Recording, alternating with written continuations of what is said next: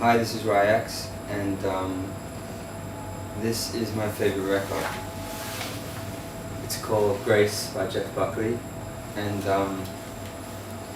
yeah, I first heard this record I think when I was maybe 15, 16, and before that it was all grunge and rap and rock and roll, and this just changed something for me, and it allowed me this connection to intimacy and this idea of fragility being possible in a kind of more accessible context, I guess. So, you know, I heard the intro to the first track, and I remember, like, I was just saying before, like, sitting and studying these images and all this stuff. I have such a connection with that. I've listened to it so many times.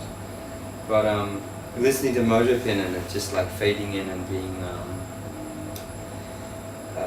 just like having this understanding with it, this connection with it straight away, going, oh yeah, here it is. This is the thing that I didn't even know that I wanted to hear, but here it is. So yeah, and this intimacy stays throughout the record, and yeah. And the guy Andy Wallace that produced it, mixed it, he you know, he was kind of responsible for a lot of the grunge stuff. He mixed like Nirvana records and stuff, and so there is somehow, even though it's so not grunge and so not rock and roll,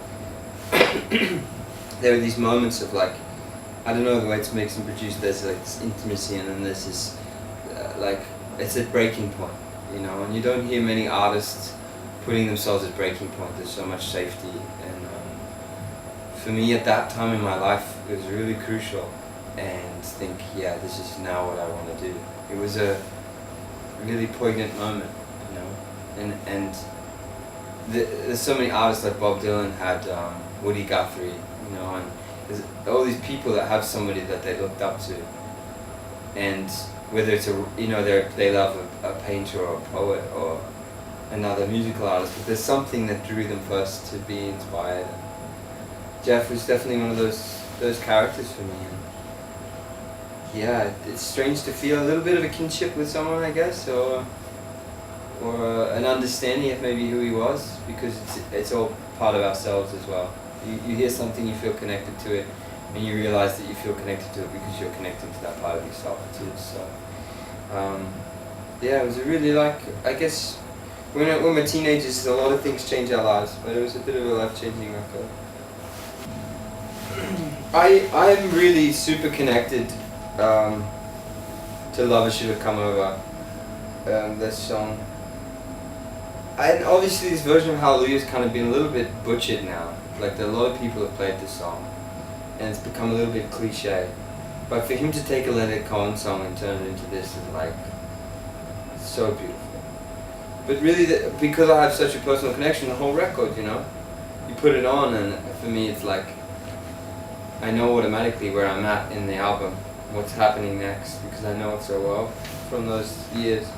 But I think Lover Should Have Come Over is really, like, a really special moment, special song, because it's already been a journey by that point. You've heard 5 or 6 songs, and you're fully embraced and fully present, immersed in the experience.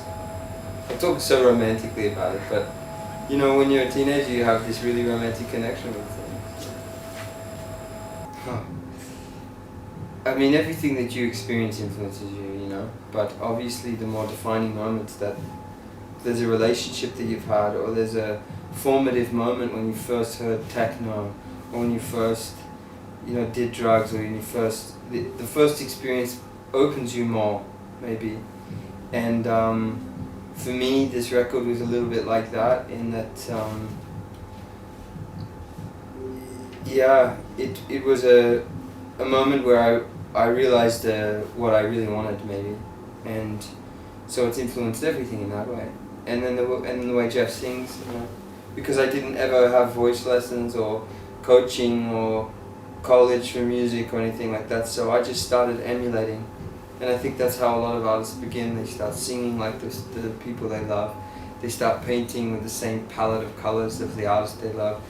They use the same, you know, syncopation with words and the same syntax if they love poetry or prose. You know, and so I did that stuff.